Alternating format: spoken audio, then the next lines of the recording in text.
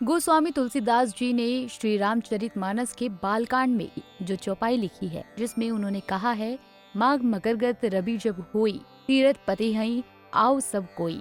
यानी माघ महीने में जब सूर्य मकर राशि में होते हैं, तब तीर्थ स्थलों पर सभी लोग आते हैं।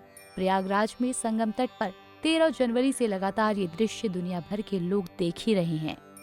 लेकिन इस कथन को और भी प्रासंगिक बनाती ये तस्वीर, जब यूपी सरकार की पूरी कैबिनेट एक साथ त्रिवेणी तट पहुंचकर संगम में डुबकी लगाती नजर आई।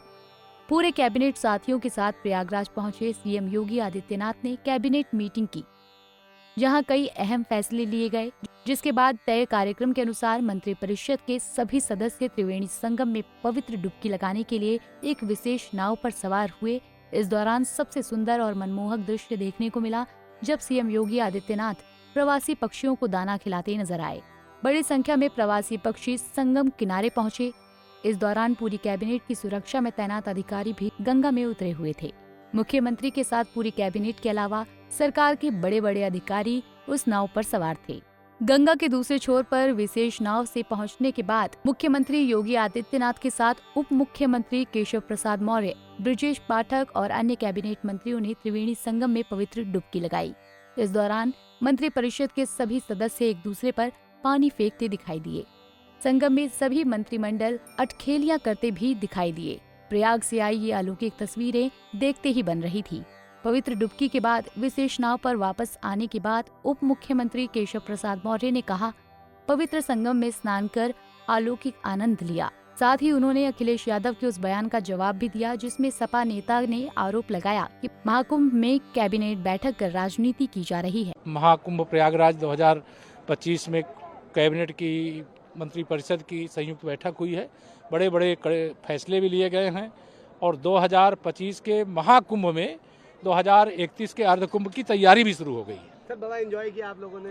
ये एंजॉय क्या किया, ये आनंद दिया। ये अलौकिक आनंद है, आध्यात्मिक आनंद है, जिसे मैंने कहा शब्दों में व्यक्त ही नहीं किया जा सकता। और निश्चित तौर से आज पवित्र संगम में स्नान करके 144 वर्ष बाद आए हुए कुंभ में, मतलब उस अलौकिक आनंद के लिए शब्द की सीमा से बहुत बाहर की बात है। मैं गंगा मैया को प्रणाम करता हूँ, यमुना मैया को प्रणाम करता हूँ, सरस्वती मैया को प्रणाम करता हूँ, तीर्थराज प्रयाग को प्रणाम। आखिरी सवाल है सर, अखिलेश यादव कह रहे हैं ऐसे समय पे कि ऐसी जगहों पे राजनीतिक मंथन नहीं होना चाहिए कैबिनेट बैठक। श्री अखिलेश यादव जी को मानसिक और दृष्टि दोनों दोष हो गया है, रोग हो गया है, उसका अच्छे से इलाज कराएं। कुंभ के समय ऐसी बयान देना, यहाँ राजनीति करना बहुत गंदी बात है।